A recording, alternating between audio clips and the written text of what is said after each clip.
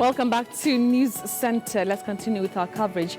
And Environmental and Natural Resources Cabinet Secretary Judy Wahungu has banned the use of plastic paper bags in the country. In a notice in the Kenya Gazette dated February 28th, the CS stated that the banned plastic bags fall in two categories: carrier bags and flat bags. The notice reads, and I quote, "It is notified to the public that the Cabinet Secretary for Environment and Natural Resources has, with effect from 6 months from the date of this notice, banned the use, manufacture and importation of all plastic bags used for commercial and household packaging." Already, the manufacturers are up in arms over what they term failure to consult them. Previous efforts to abolish the use of plastic bags have failed, and it remains to be seen if the latest ban will hold any water. In January 2011, the National Environmental Management Agency declared a ban on below 0.6 millimeters in thickness, but no results were achieved by the move. In 2007, the government had issued a ban against bags below 0.3 millimeters in thickness, which also failed. Plastic bags are a general nuisance which clog drains, are hard to dispose of, and have been billed for harming livestock and wild animals.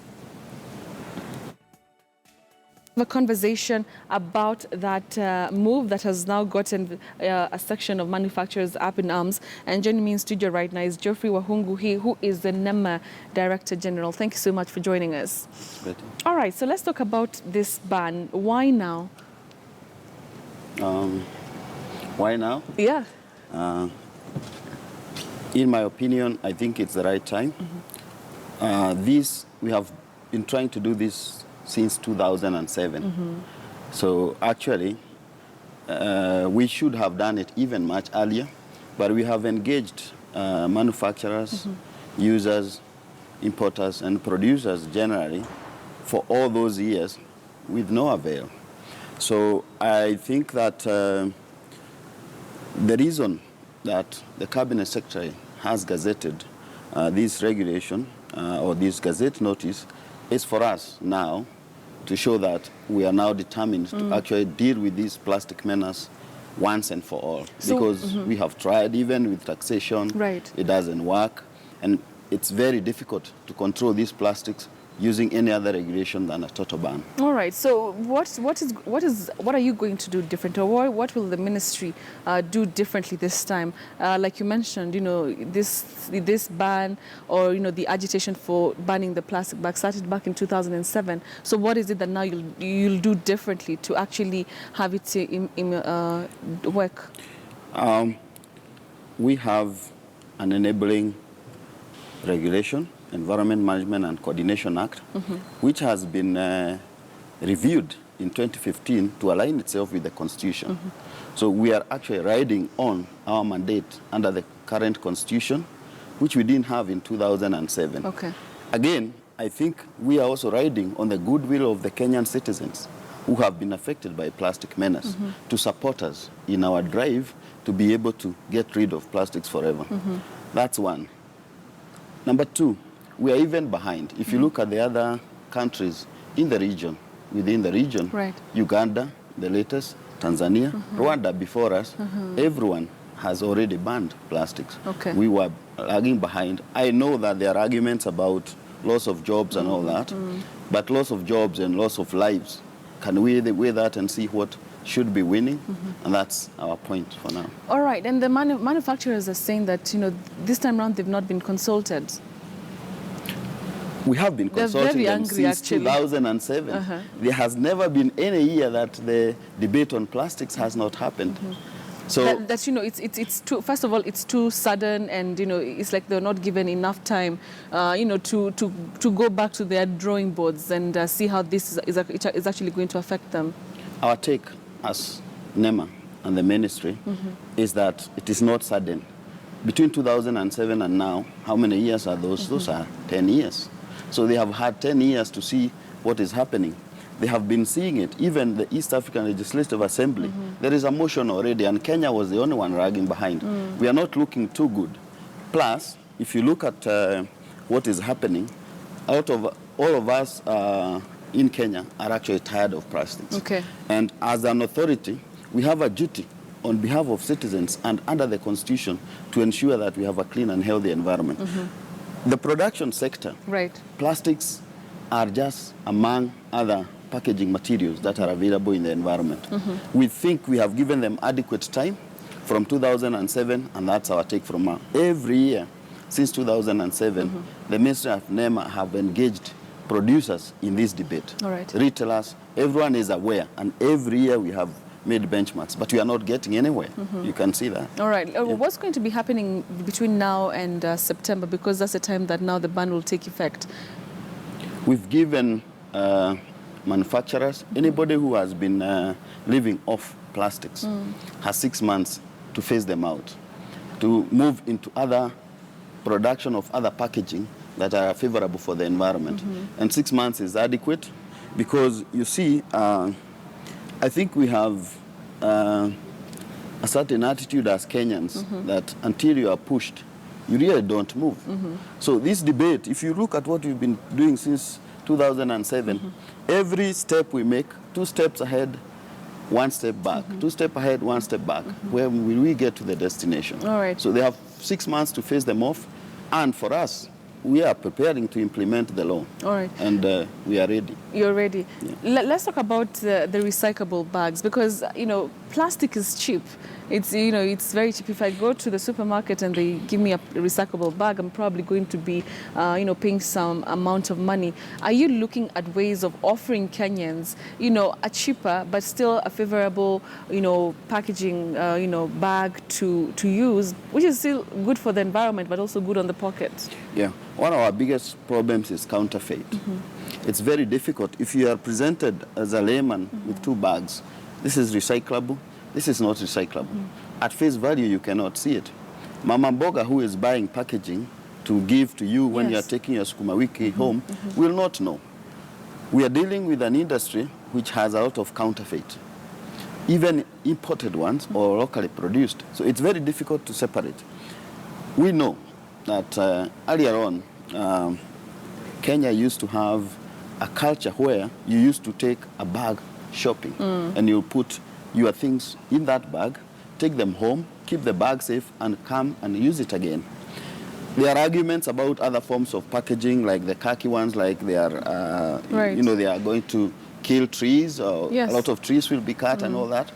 But we are telling you that the best thing is for you to get any form of packaging which we can reuse many times, and that which cannot be disposed into the environment and cause harm to the environment. If you look at the bags we are using today, sometimes they have gone so low in terms of thickness that sometimes you have to use 2 or 3 together. What's the purpose of that, you know? When you could easily, and some of us who are polluters are like people with cars. You go to a supermarket, you have your car, you have a trolley, then you have 10 paper bags, which you'll go and put in the boot of the car. All that shopping, you could easily just take it in the trolley, pour it into the boot of the car, and you don't need it at home. Right. Those of us who use, for example, matatus, for example, you can't carry so many bags. So those are not really the culprits. So you can see really that we don't need these bags. In 6 months, 10 months, 1 year, we'll all get used to carrying a bag or buying a basket, a rattan basket or anything that you can take shopping, and actually take all the environmental troubles with you. Clean after yourself is the message. All right, so the onus really you're saying is going to be with the Kenyan population to, you know, get the other options of bags. Yes. All right, so what's going to happen after September? What are we looking at? Is it going to be a serious crackdown on, you know, anybody else who's going to be using paper bags? I remember even a few years back when, you know, the first trial, the second one was being made to ban this. You know, there were even reports of, you know, you'd be arrested if you're found, you know, carrying a plastic or paper bag. So what are you looking at after September? I know it's not, I can't promise it's going to be easy, but I can tell you, Kenyans are tired of this plastic menace. So we are actually banking on their cooperation. We actually expect that this time, a lot of the people, particularly the users, are going to willingly just abandon this habit of buying paper bags and ferrying them home. That's one. Number two, NEMA has the capacity to enforce. And we don't just use it, do that by ourselves. We have many arms of government that we use to help us to enforce compliance. And therefore, as I sit here, I'm not worried about our capacity to enforce or anything like that. Because the entry, for example, importation, it's easy for us to control. Production is easy for us to control. I think within a few months or within a year, we should be able to wipe out. To completely have it under control. All right, fine. So I want us to speak to my colleague Abby again. I'll just hold you there because the Association of Manufacturers, like I mentioned, they're up in arms and they're having a press conference right now. So my colleague Abby again is covering that for us. Abby, thank you so much for joining us on News Center. So maybe you can just tell us what's really the agenda of this particular press by Association of Manufacturers. Well, many thanks, Betty. This is a very crucial matter that the Kenya Association of Manufacturers will be making their position known on this ban on plastic bags. Of course, Betty, this is set to hit manufacturers hard who have invested significant money in this business of the plastic bags. And we are yet to hear from the Kenya Association of Manufacturers Chief Executive Officer, Phyllis Wakiaga, and the press conference is about to start in the next few minutes. But so far, what we can authoritatively say is that the association has indicated that it will not be supporting this new measure that has been taken by the Ministry of Environment. All right. So really, what is the issue? Because this is not the first time that the Ministry for Environment is trying to ban plastic bags. I mean, evil is evil, and so what really are they going to be talking about? Is it that they were not consulted because that they already said a few days after this thing was gazetted? Yes, Becky. This the main bone of contention is the manner in which this new directive or the Gazette notice will be implemented. The feeling among manufacturers is that it was rushed and there wasn't sufficient consultation across the board so as to have them give their stand on how best this can be achieved. Of course, there were several attempts back, Betty, like you've rightly said, but most of them failed tremendously. And this was basically because looking at this particular sector where we're having the plastic bags, it employs close to 100,000 people. So cutting out this line of business is going to dent several homes if you look at the job aspects. But of course, there is the environmental view to it, where we did see proposals a few years ago that suggested that we need to have biodegradable plastic bags which, if they're disposed in public, they can easily be picked up and be stored. So the real issues, Betty, from what we know is that there are commercial interests involved in this particular move, as well as, of course, NEMA has been quite categorical, saying that they have the capacity to implement this. Of course, looking also on the reality on the ground, a majority of households in Kenya rely on plastic bags, even for garbage storage, as well as even for the shopping centers and the supermarkets, they heavily rely on this plastic bag. So the countermeasures will be quite critical in this stage where manufacturers will be going back to the drawing board just to see if they will be taking this matter before court, or if they come to an agreement with NEMA, they will be coming up with a new set of bags that will not be affecting the environment in terms of where we see a number of bags being thrown out in the public. All right, Abby, I know you have to go, but just very, very quickly. So do we know what it is that they want? Do they want more time before this ban is implemented, or they just don't want this ban completely? What is it that they want? Well, Betty, you're putting me in a tricky position because from what we know so far and what I can confirm is that their position is they are not ready for the implementation of this. We will be finding out the exact reasons why they are opposed to this particular ban. Of course, Betty, indication is that there is, like I said, the commercial aspect to it, and also the manner in which this issue has been run for the manufacturers. Abby Agina there for the details. We'll be waiting to hear just what the Kenya Association of Manufacturers will have to say in that press briefing. And so we'll be, of course, getting to hear exactly what it is that they want with this new move. All right, we also want to get another perspective. And before we do that, we'll be speaking shortly to Eugene Anangwe joining us from Rwanda. I'd like to come back to my guest in studio. He's actually one of the people who really is at the center of everything. So you hear that my colleague there is saying that, manufacturers, probably they don't want this thing completely. What is your reaction to that? Let Kenyans understand, this is not a NEMA versus Kenya Association of Manufacturers issue. We are acting in public interest. The Kenya Association of Manufacturers, I can understand their position. Right. There is interest, economic interest in this. But let Kenyans speak for themselves. Kenyans who depend on plastic bags, depend on them. They are the ones also who suffer the vagaries of the pollution by plastic bags. Let KAM speak on their behalf as manufacturers and as producers and as importers.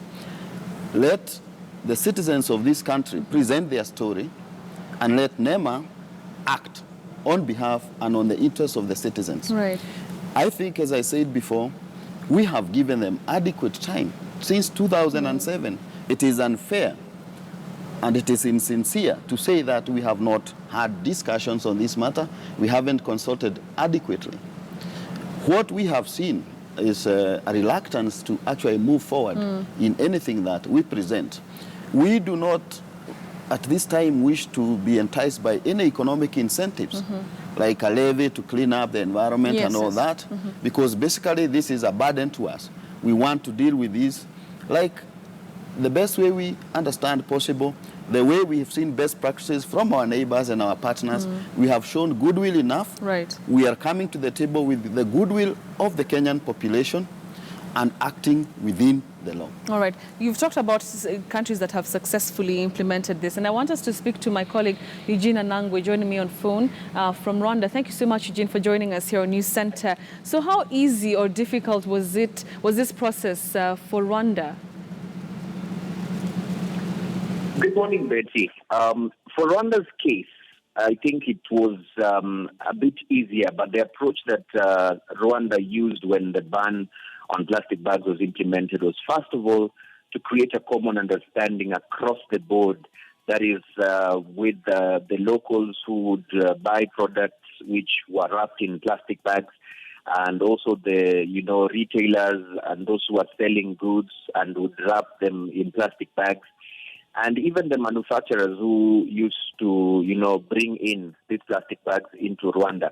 And so once that was done in terms of awareness on the dangers of plastic bags, then complicity, was something that was easy to achieve. Everybody complies. And so even newcomers, those who come into Rwanda, either as guests and find themselves carrying plastic bags at the airport or any point of entry into Rwanda, would easily get convinced when they're told not to get into the country or past the airport or those points of entry using those plastic bags. And so they would exchange the plastic bag with, the paper materials that are usually available there to wrap whatever you had wrapped in that plastic bag. So in Rwanda's case, it was first creating an understanding on why the polythene bags were dangerous for the environment. And so implementation has been easy for Rwanda because everybody seems to understand why, especially when you come into Rwanda and you see the cleanliness, then you'd easily understand why you're not supposed to have a plastic bag or even dump it anyhow, Betty. Much, Gina Nangwe, they're giving us a perspective from Rwanda, which really successfully implemented that ban on plastic bags. I want to come up here in studio and just very, very briefly, probably, there's a probability that, KAM is going to maybe go to court. Are you prepared for that? We are prepared.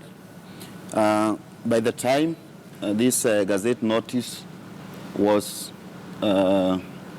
presented, we knew what our options were. Okay. We act within the law, and anyhow, every regulation that we put forth in this country is usually contested by one or two or three, Right. or even more of the people who find it contravening or interfering with their business. I want to state it that whether it is in court, we are prepared because we have the law and we are acting within the law from the beginning. Number two, even KAM knows us. We sit in many meetings with KAM. We have quarterly meetings on CSR. We have many activities we do together, even like the Cleaner Production Initiative, where we are working with their partners because we have what is called assisted compliance. All right. So it's not that we don't know each other with KAM. We understand each other. And if we faced each other, we would understand where we have come from. All right. So nobody is trying to play hide and seek here. It's been something we've been building together. If they go to court, we'll be there with them. Okay. Thank you so much. Thank you so much for speaking to us, Geoffrey Wahungu, who is the Director General at NEMA. Thank you for your time. Thank you.